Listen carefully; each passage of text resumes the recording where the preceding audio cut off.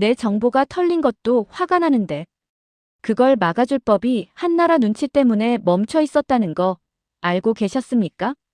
저는 오늘 제가 직접 겪은 불안을 이야기하려 합니다. 쿠팡. 매일 쓰는 그 앱. 그런데 이 앱이 결국 우리를 노출시키고 말았습니다. 프로필, 가족 주소, 카드 배송지.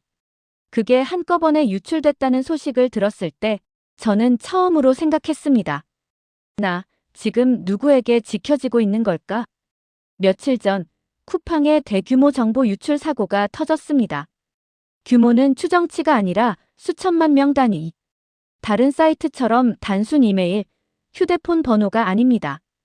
우리 집 주소, 우리 아이 배송지, 우리 가족명의 구매 기록, 심지어 배송 기사 동선까지. 이 사고는 정보 유출을 넘어 생활 패턴 자체가 털린 사건입니다. 그런데 조금만 더 들여다보면 이 사건의 파괴력은 단순하지 않습니다. 평소 같으면 그냥 뉴스에 나오고 사라졌겠죠. 그런데 이번에는 분위기가 달랐습니다. 국회가 말했습니다. 이쯤 됐으면 규제가 없는 게 이상한 거 아닙니까? 맞습니다.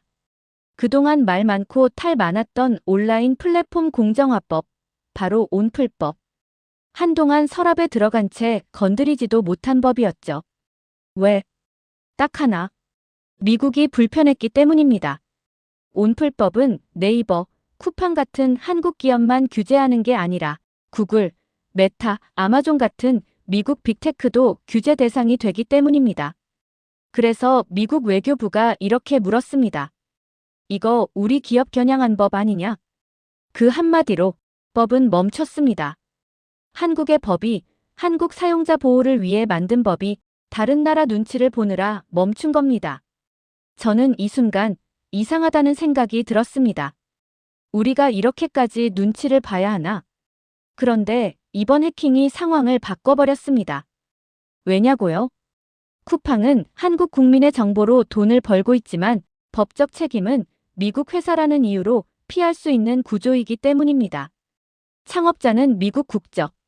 지주사 쿠팡잉크는 미국 뉴욕 상장 기업. 법적 규제를 받으면 이렇게 말할 수 있습니다.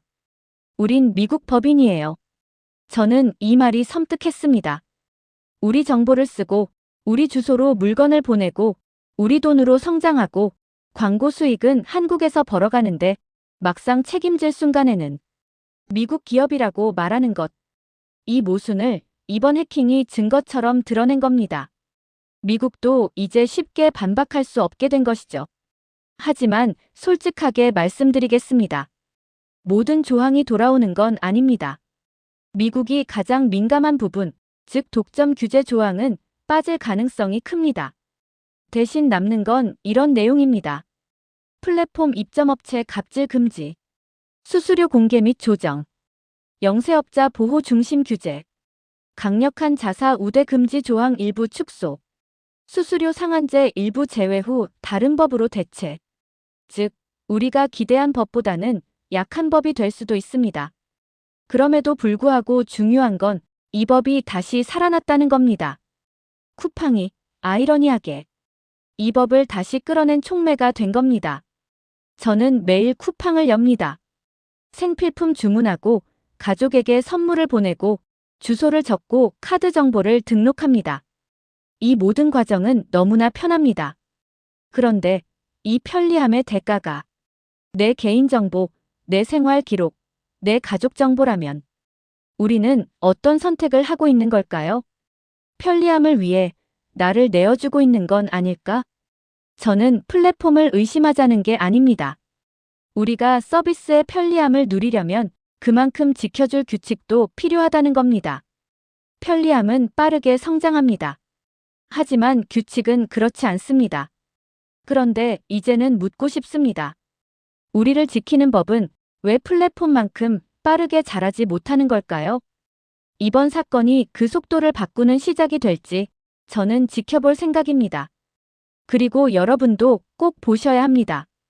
왜냐하면 이건 기업의 문제이기 전에 우리가 살아가는 방식의 문제이기 때문입니다.